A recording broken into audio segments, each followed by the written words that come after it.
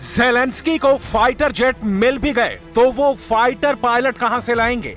Ukraine के पास 4 तरह के फाइटर रहे हैं, मिग-29, सुखोई 24, सुखोई 25 और सुखोई 27।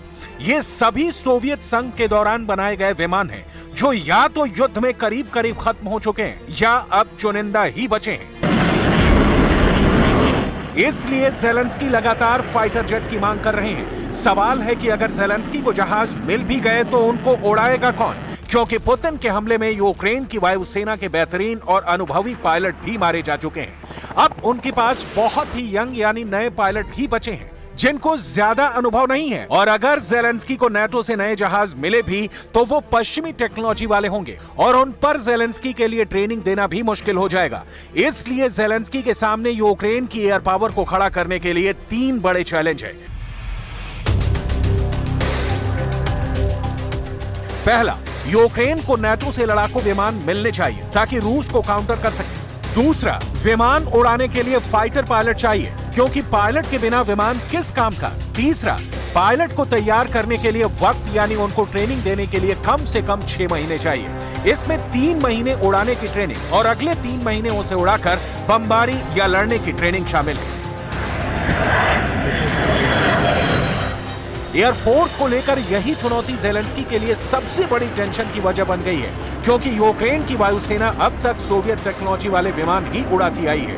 उसके पास नाटो के जहाज आज की तारीख में आ भी जाएंगे तो वो उनको फौरन ना उड़ा पाएंगे और ना ही उन्हें उड़ाकर रूस की वायुसेना का मुकाबला कर पाएंगे।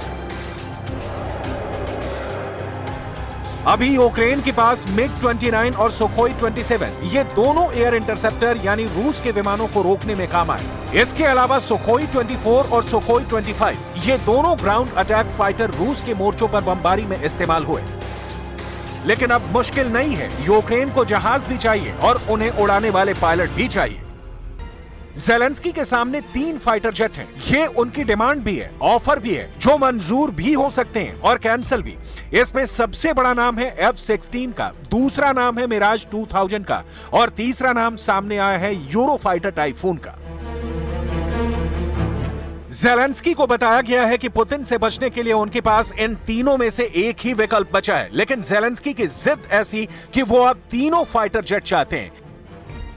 ज़ेलेंस्की युद्ध जीतने के लिए या कहें कि रूस से बचने के लिए तीनों फाइटर जेट चाहते हैं।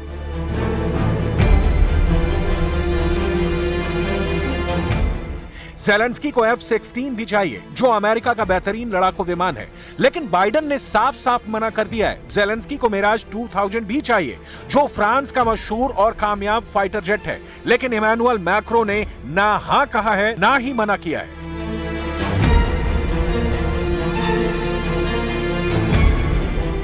ज़ेलेंस्की को नई जनरेशन का यूरोफाइटर टाइफून भी चाहिए। हालांकि ब्रिटेन ने कहा है कि ऐसा मुमकिन नहीं, क्योंकि विमान पर ट्रेनिंग देने पर ही बहुत वक्त लग जाएगा।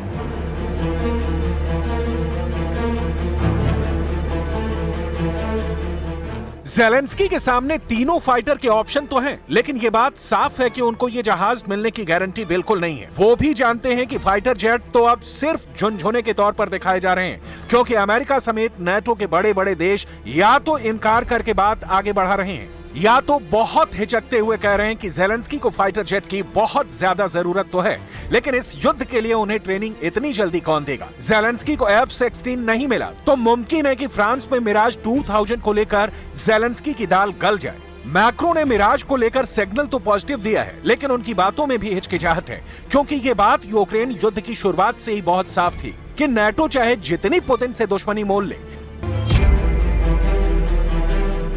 इमैनुअल मैक्रो पुतिन के खिलाफ डायरेक्ट जाने से घबराते हैं। फ्रांस नहीं चाहेगा कि पुतिन ने जिस तरह ब्रिटेन को धमकाया है, ऐसे में गुस्से की चपेट में वो भी आए।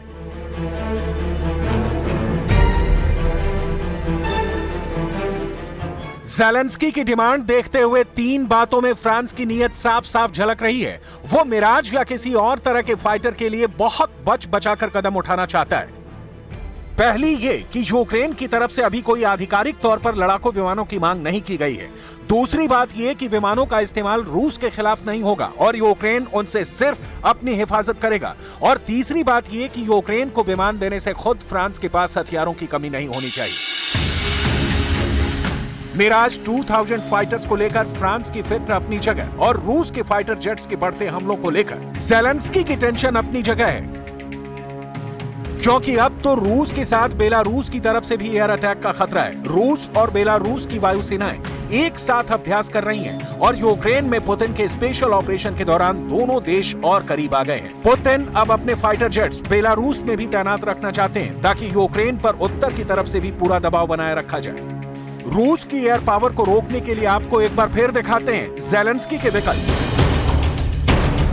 ज़ेलेंस्की को F-16 के लिए बाइडेन ने मना कर दिया है। ये अमेरिका का बेहतरीन लड़ाकू विमान है जो रूस के सुखोई फाइटर्स को टक्कर दे सकता है। ज़ेलेंस्की को मिराज 2000 चाहिए। इसमें लगी एयर टू एयर मिसाइल रूस के फाइटर्स के लिए खतरा बन सकती है और फ्रांस इसीलिए इन्हें देने की बात पर खुलकर बोलने से बच रहा है।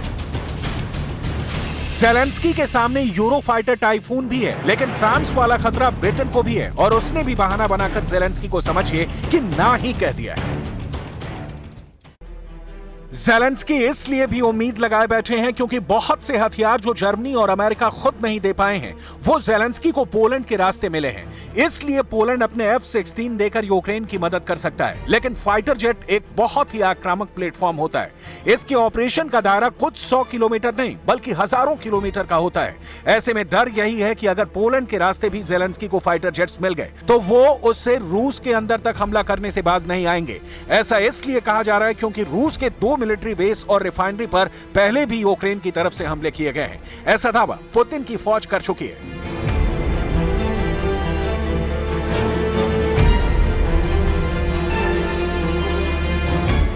तो ज़ेलेंस्की की फाइटर जेट्स वाली डिमांड पर अमेरिका ने ना कह दिया है। ब्रिटेन ने साफ साफ मना कर दिया है।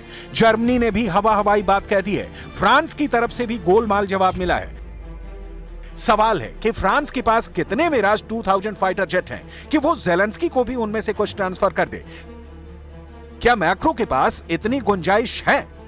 फ्रांस के पास 100 से ज्यादा मिराज 2000 फाइटर जेट हैं। इसमें 66 ग्राउंड अटैक वेरिएंट हैं, जबकि करीब 25 एयर डिफेंस रोल में काम आते हैं। अब फ्रांस इन्हीं 25 में से यूक्रेन को फाइटर जेट दे सकता है।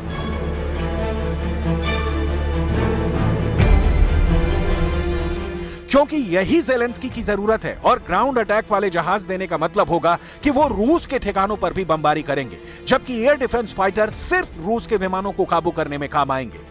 देखा जाए तो नाटो क्या ज़ेलेंस्की भी क्या करेंगे? अगर वो हथियार नहीं मांगेंगे तो उनके सामने रूस के फाइटर जेट हैं जो आए दिन यूक्रेन पर बम बरसा रहे हैं। ज़ेलेंस्की इसी खतरे को खत्म करना चाहते हैं। इनमें चाहे पुतिन के फाइटर जेट हों या फिर पुतिन के अटैक हेलीकॉप्टर, रूस की एयर पावर 24 घंटे यूक्रेन पर खतरे की तरह मंडरा रही है। यही ताकत है जिसे दिखाकर पुतिन बार बार कह रहे हैं कि यूक्रेन को हथियार डालने पड़ेंगे, क्योंकि इससे कम में वो मानने वाले नहीं है।